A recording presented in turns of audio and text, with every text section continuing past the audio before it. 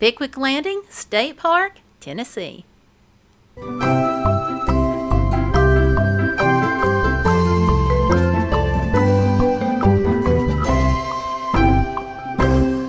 I can't stand being this close to a marina without walking out and seeing at least a few boats. I will say that if my husband had his way, we would go to Bass Pro today and pick one up. It's a no-go with me right now, at least not today. I love marinas like this because they are so peaceful. What do you all think? Leave me a comment down below and tell me. The marina at Pickwick Landing recycles.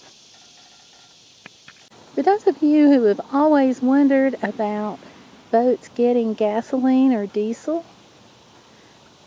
a lot of marinas sell gas.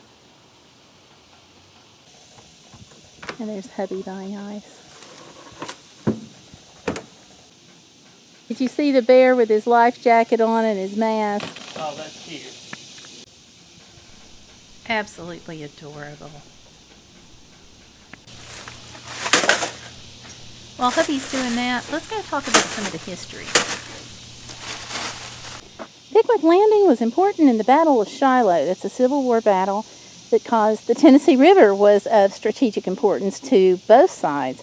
The Union Army prepared to attack Confederate General Albert Sidney Johnston's army at Corinth, Mississippi, about 22 miles away. But Johnston surprised Grant's troops with an attack that routed most of the forward camps and pushed the rest of the Union Army to the river.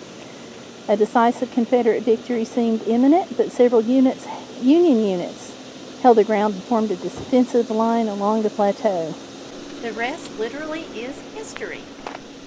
The interesting thing about the Civil War Battle of Shiloh is that it was actually named for a Methodist church because the battle took place all around the church. We're going to our next stop now, and true to form for this Tennessee road trip, it's raining.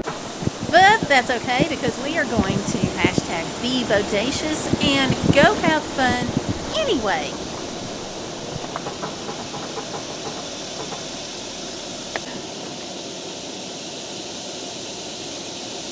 Okay, so this may not be rain. We may have a light thunderstorm.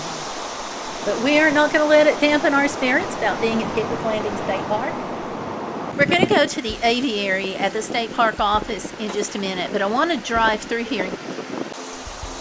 This is a state resort park, so you've got more to do here than you find at the regular park. So in addition to cabins and camping and gift shop, there's also pavilions, a marina. There is a playground right here with, you can see the handicap parking. It overlooks the lake. You can kind of see the Tennessee River right back there. We have the Inn and Conference Center, so that's basically a hotel with conference center capabilities. There's a restaurant here, and we're a little bummed because it's closed. You can also play a round of golf if you want to, and there's hiking, fishing, and all the usual outdoor activities that you'd have at a state park. Next to the inn, we have a large picnic area, restroom facilities, and straight in front of us is another picnic area and the beach area. No lifeguard is on duty, so it's swim at your own risk. The park office is just catty-cornered from this. We're going over there right now. This is where they have the aviary, and we're going to go find out more about that and the injured and sick birds that they have.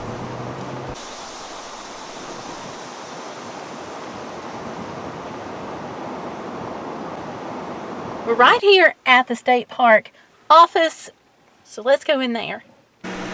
There's an outdoor kiosk here on the edge of the parking lot, so let's look at that first, and then we'll go into the building.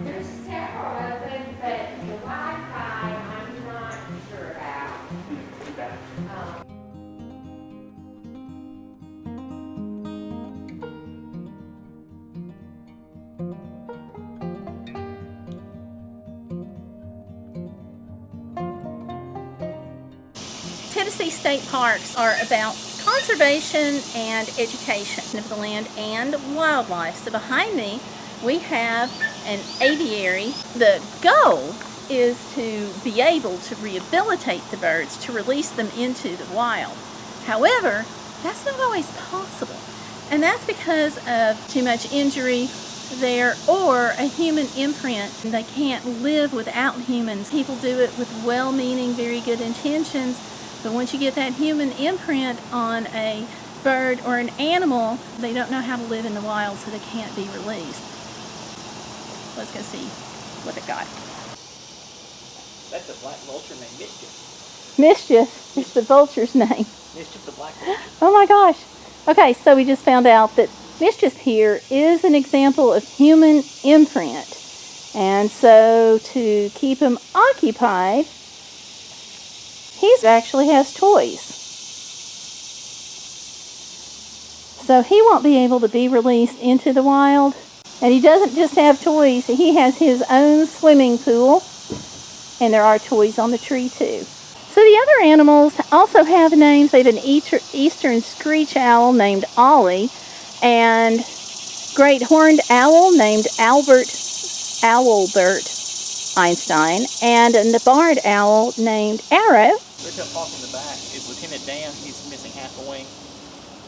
And the other one is, I didn't catch its name. So on this red-tailed hawk right here, his name is Lieutenant Dan. That happened in a collision with a barbed wire fence. He is unable to be released, and very fortunate that the state park is here to take care of him. Ellie up here in the tree that doesn't want to look at us, she was hit by a car and permanently injured. She cannot be released either. Some of them they will work with and use those for education programs, either here at this park or loan them out to another park, or they'll take them to schools so other people can learn about them too. Something interesting that state parks have here in Tennessee, which just makes it kind of fun, is this free state park passport book. And it makes a great record of every state park that you've been to. Up in the right hand corner where it's green, you can see where I've had it stamped, and that tells you what parks you've been to later on. And you have an opportunity to write the date visited and any memories that you have. And you can see over here at Pins and Mounds, that's what it looks like if you haven't had it stamped. But these are free from any Tennessee State Park office. Hey, leave me a comment to let me know if your state park has one of these and what state you're in, because if they have one and I'm in your state, I want to pick one up.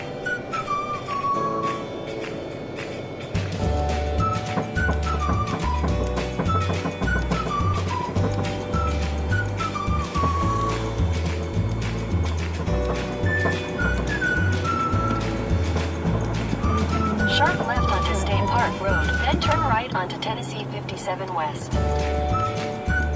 But first, we get to drive across Pickwick Landing Dam. And this is so cool because the dam itself is 113 feet high. And, get this, it goes for nearly 1.5 miles across the Tennessee River. It was built in the early 1930s as part of the New Deal to control the flooding of the Tennessee River. It also provides recreation because you can go boating. You already saw the beach area.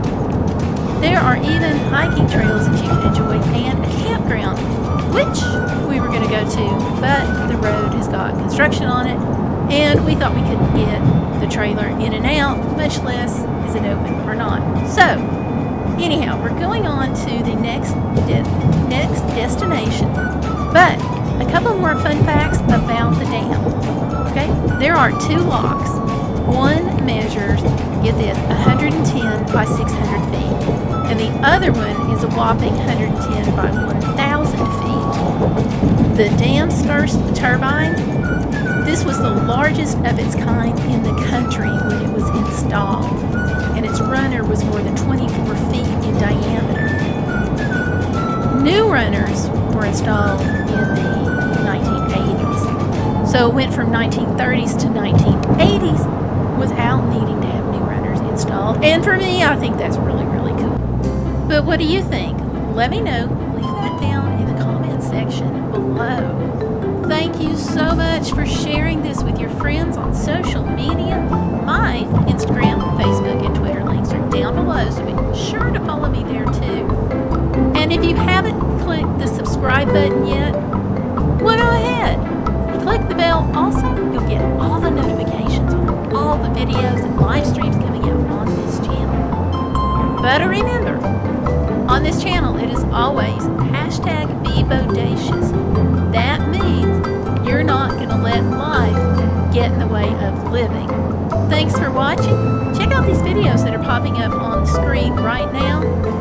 And I will see you on the next video.